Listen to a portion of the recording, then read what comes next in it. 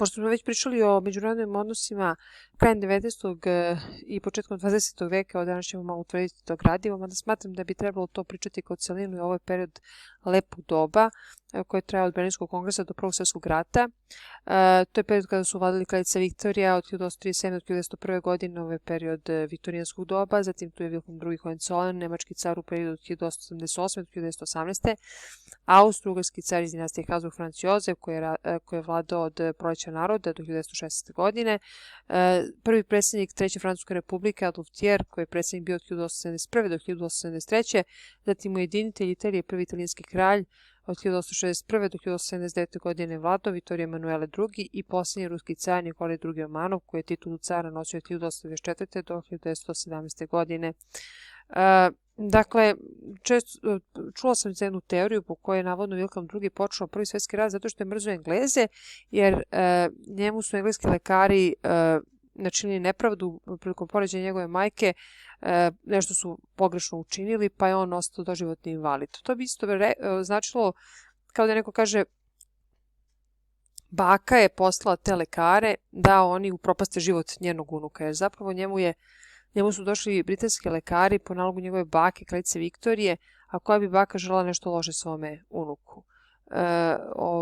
Ne samo to, nego ako pogledamo ovu sliku, ovaj rodoslov, vidi se da je kraljica Viktorija bila baka Wilhelma II, da su kralj George V, engleski kralj, i Nikolaj II, ruski car, ne samo da su lični, nego su bili braća od tetke i da su svi ovi monarsi na neki način bili povezani rodbinskim vezama.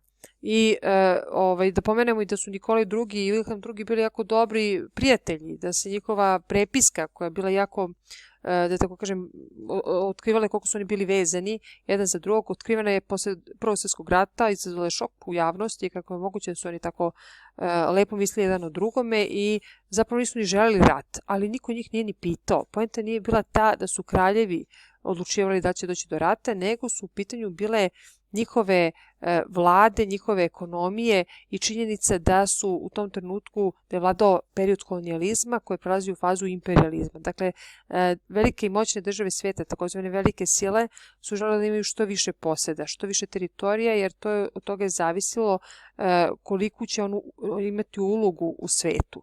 I pošto su Nemačka i Italija kasno ušli u tu raspodelu kolonija, oni su žele novu preraspodelu kolonija. Dakle, oni su u toj borbi za hegemoniju žele da je nekako izbiju prvi plan. Da nam to bude jasnije, pogledat ćemo sliku kolonija, raspodele kolonija na samom kraju 19. veka. Velika Britanija je zapravo imala 10 puta veću teritoriju u kolonijalnim posjedima nego što je zapravo ona sama bila po svojoj površini. Pod britanskom vlašću bio je Egipat, zatim delovi istočne, zapadne, južne Afrike, Indija koja je bila dragulj kruni kraljice Viktorije, zatim delovi Nove Gvineje, Australije i Novi Zeland. Francuska je posjedovala francusku ekvatorijalnu Afriku, Madagaskar, Indokinu, ostale ruske zemlje su također imale udjel u podjeli kolonija, ali sve manje i manji. Tako da su Italija i Nemačka, koje su se kasno uključile, kao što sam rekao, u kolonijalnu podelu, želele novu raspodelu kolonija, želeći da ostvare hegemoniju u svetu. Zato dolazi do stvaranja vojnih blokova, odnosno vojnih saveza, koje pokreće Nemačka. 1879. godine sklopiše savez sa Austro-Ugarskom, a tom savezu se 1882. godine priključila Italija. S druge strane nastaje Trojna Antanta, koju su činili najpre Rusija i Francuska, 1891-1994. godine se povezuju, pa će u vreme pred izbijanja marokanske krize Velika Britanija se poveže s Francuskom 1904. a potom i Engleska konačno se poveže s Rusijom 1907. pa se taj savez ove tri vele sile naziva Trojna Antanta. Ta se Antanta zove još i srdačna, mada nisu uvijek odnosi između saveznika bili srdačni. Kao što sam i rekla, Nemačka se ubrzano priprema za sukob, ona gradi ratnu flotu 1898. godine, uplašene onim što se dešava, ne želeći da stoje po strani velike sile, održavaju prvu konferenciju u Hagu 1899. godine, želeći da dođe do razoružanja ili bar neke diplomatske akcije, međutim ni prva ni druga konferencija iz 1907. godine nisu doveli do željenih rezultata. U Kini za to vreme izbija 1829. godine bokserski ustanak zbog prevelikog utjecaja Evropljana na situaciju u Kini, želja Evropljana da i tu šire svoje kolonije. Međutim, Kinezi su morali da priznaju ulazak evropskih trupa na teritoriju Kine, pa čak i Rusija iskoristila ovu situaciju i okupirala Mandžuriju. Ovdje vidimo učesnike Bokserskog ustanka, jednu karikaturu koju predstavlja Kineza koji onako viče dosta, a ostali Evropljani, evropski monasi cepaju, dele Kinu kao da je neka pita. Odnosno svako uzima svoje pače. Kao što rekoh, Japan je smatrao da je Mandžurija njena zona uticaja, njegova zona uticaja i dolazi do rusko-japanskog rata. Japan je nekako delovao kao outsider koji ne može da se suprotstavi vele sili poput Rusije. Međutim, ispostavilo se ne da se suprotstavio, nego da je pobedio u ovom ratu i preuzeo Mandžuriju, Port Arthur i Južni Sahalin, a Rusija je morala da se suoči sa posljedicama, izbila je jedna mala revolucija, Rusija je morala da donese prvi ustav koji će kasnije uticati na Crnu Goru, one ugledajući se na Rusiju također dobila jedan oktroisani ustav te godine i uspostavljena je državna duma. Usledile su prva i druga marokanska kriza. Prva marokanska kriza se odigrala 1905. i 1906. godine, a Gadirska ili druga marokanska kriza 1911. godine. To je bio sukob oko Maroka između Nemačke i Francuske. Nemačka je, videvši da se stvara srdačna antanta, morala se povuče i zadovolji teritorijama u centralnoj Africi. S druge strane, 1908. godine dolazi do razvoja ove krize usled 3 događaja koji su obeležili ovu godinu. Ovdje imamo sliku kako objedinjuje sve te događaje. Pa recimo Austro-Ugarska je anektirala Bosnu i Hercegovinu, Franz Josef cepa Bosnu i Hercegovinu od Osmanskog carstva. S druge strane, Ferdinand Coburg proglašava Bugarsku za carevinu i za nezavisnu državu i on odvaja Bugarsku. S druge, ostaje po strani samo Abdul Hamid, drugi koji je osmanski sultan i koji ne sme ništa da uradi, nego samo da se duri, jer se jedna grupa oficira ljuta zbog njegove samovolje pobunila i došlo je do mladoturske revolucije u Osmanskom carstvu. Ona nije dovela do nekakvih stvarnih reformi, nego samo pokušaj asimilacije pokorenog stanovništva i nije bila zaista reformatorska. 1911. godine usled marokanske krize Italija pokušava da dobije neku svoju korist i ona također uzima Libiju. A balkanski narodi, vidjevši da se Osmansko carstvo povlači na svim poljima, rešavaju da su jedine i istaraju ga sa Balkanskog poluostrva, pa organizuju Balkanske saveze u koje ulaze Crna Gora, Srbija, Bugarska i Grčka i vodi se prvi Balkanski rat, koji je bio jako uspešan. Naravno, poslije će se posvađati saveznici pa dolazi do drugog Balkanskog rata o kome ćemo posebno pričati. Kad pogledamo balkanske dinastije, pada u oko da su samo 2 države imale lokalne nacionalne dinastije. To su bile Srbija i Crna Gora. Za ostale države to ne važi. U Grčkoj naime vladaju 2 danske dinastije, ona je stekla nezavisnost 1830. godina. Ovdje imamo Đorđa, član dinastije Gliksburg. Zatim rekli smo, Srbijom je u periodu od 1878. godine kad je Srbija stekla nezavisnost, i pre toga su vladali članovi dinastije Karađorđevića i Obrenovića. U Crnoj Gori članovi dinastije Petrovića i Njegoša, Crna Gora isto na Berlinskom kongresu stekla nezavisnost. Rumunija je također stekla nezavisnost na Berlinskom kongresu, ali njome su vladali članovi dinastije Hohenzollern. Ovdje vidimo Karola I koji vlada praktično do Prvog svjetskog rata.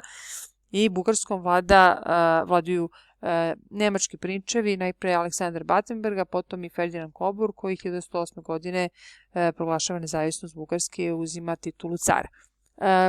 Dok je Srbija bila austrofilska, nije bilo tolikih problema. Međutim, kada je ona promijenila svoju političku orijentaciju, a Crna Gora uvek bila rusofilska, to stvara problem jer su Nemačka i Austro-Ugarska imala drugačije planove za Balkan i stvaraju se preduslovi da dođe do Prvog svjetskog rata. Ovo je period kad se održavaju brojne svetske izložbe od 1851. godine u velikim gradovima Evrope i sveta se predstavljaju svi pronalasci i na taj način prikazuje kako je došlo do modernizacije društva i država, napretka na svim poljima, posebno nauke. U ovom periodu zaista se razvija nauka, posebno fizika. Ovdje vidimo bračni par Einstein, Alberta i Milevu koji su svojim delom, posebno naravno Albert Einstein koji je poznat po teoriji relativiteta, unapredili fiziku. Tu su i Pierre i Maria Curie, poznati na polju istraživanja radioaktivnosti, otkrili su polonium radijum i tu ostvarili veliki uspeh. Naši slavni naučnici kao što su Nikola Tesla, Mihajlo Pupin, Milutin Milanković također su ostvarili u ovom periodu i postali svetski poznati. Na polju psihologije Sigmund Freud je bio osnivač jedne nove metode za proučavanje ljudske podsvesti, a to je psihoanaliza. Psihoanaliza se bazirala na proučavanju nesvesnog i posebno na uticaju seksualnosti iz onog najranijeg perioda, odnosno uticaju najranijeg detinjstva na kasniji period, posebno na seksualnost.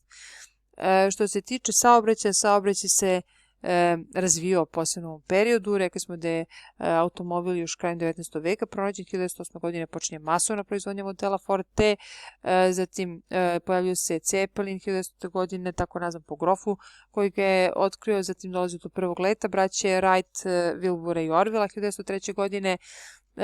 Iako je čovečanstvo bilo u nekom euforiji zbog ovih uspeha, dolazi do potonuća Titanika, broda za koji se verovalo da je nepotopiv, da je najbolji brod svih vremena. 1912. godine on je potonuo, a 2 godine kasnije dolazi do prokopavanja Panamskog kanala kojim se povezuje Atlantski i Tihi okean i skraćuje plovidba znatno za brodove koji su imali da pređu iz jednog u drugi okean.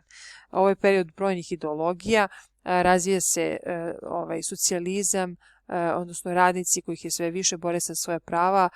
Posebno su drastične bile radničke demonstracije u Čikagu koje su se odigle 1. maja 1876. godine za 8-časovno radno vreme gde su stradali pojedini radnici i 3 godine kasnije je odlučeno da to bude obeležavano svake godine kao dan rada i da to bude zapravo podsticaj za dalju borbu radnika za njihova prava. Zatim razvija se feminizam, posebno je bio popularan pokret sifražetkinja, ovdje vidimo londonske demonstracije za prava žene iz 1908. godine, pa te demonstracije su od 1909. godine se obeležava 8. mart kao dan žena, mada su žene još dugo morale da čekaju da se izjednači u rodnom smislu i u političkim pravima sa muškarcima. Najpre se to desilo u anglosaksonskim zemljama, u Americi 1920. a u Velikoj Britaniji 1928. godine, dakle posle Prvog svjetskog rata uglavnom. Velike i moćne sile su propagirale takođe ideje rasizma, posebno Francuzi, Englezi, kasnije Nemci. Po toj rasističkoj ideologiji oni su zapravo civilizatori, zato su oni poslati u te kolonije da oni njih civilizuju, jer oni su svi varvari i oni su tim opravdavali istrebljenje civilizacija, starih civilizacija, indogenih naroda, domorodačkih naroda na prostoru njihovih kolonija. Zatim, u ovom periodu dolazi do nastanka brojnih nacionalnih država, neke države stiču nezavisnost, neke su se ujedinile, neke su oslobodile turske vlasti, pa recimo setimo se da su i Srbija i Crna Gora i Rumunija stekle nezavisnost na Berlinskom kongresu, a ne tako davno su Italija i Nemačka se ujedinile i stvorile svoje nacionalne države. To je bio razlog da upravo veličaju svoje nacionalne države, stalno ističu svoje zastave, simbole, grbove i tako dalje. Međutim, kada je to prelazilo granicu pristojnosti i kada su počeli da napadaju i omalovažavaju druge nacije, onda se to zove šovinizam. On je bio jako čest, recimo u periodu pred izbijanje Prvog svjetskog rata, da su Srbi često bili prikazivani nedolično, omalovažavajuće u bečkim novinama, austrijskim časopisima i sl. I na kraju tu je i antisemitizam. Antisemitizam je mržnja prema Jevrima koja se razvijala krajem 19. veka. Jevri su bili prikazivani kao neka vrsta štetočina u društvu i posebno je bio zanimljiv slučaj oficira Alfreda Dreyfusa koji je bio optužen da je predavao ratne tajne Nemcima, odnosno tajne dokumente, materijale Nemcima i dugo je trajala ta borba njegova da dokaže da je nevin od 1824. do 1906. godine, čak i Emil Zola, tadašnji slavni književnik, se pridružio ovoj borbi i na kraju ipak uspeo u tome, ali pokazalo se koliko je antisemitizam prodrio u francusko društvo. U umetnosti javljaju se brojni novi pokreti, predstavnici umetnosti ovog vremena su Vasilij Kandinski, Ani Matisse, Marcel Duchamp koji pokreće dadaizam, omalovažavajući i izrugujući se tradicionalnoj umetnosti, a tu i Pablo Picasso, pokretač kubizma, o kome ćemo više pričati kasnije. Film se razvija. Od prve projekcije filma Braće Lumière dolazi do popularizacije ovog medija, recimo posebno vreme početka 20. veka bio popularan Georges Méliès i njegovi filmovi koji su uglavnom bili pravljeni po filmovima Žila Verna, ovde vidimo Neverovatno putovanje, jedan segment iz Georgesovog filma. Dakle, napredak se ostvario na svim poljima i sljedeći čas ćemo malo da pričamo kako je bilo u ovom periodu na prostoru Srbije.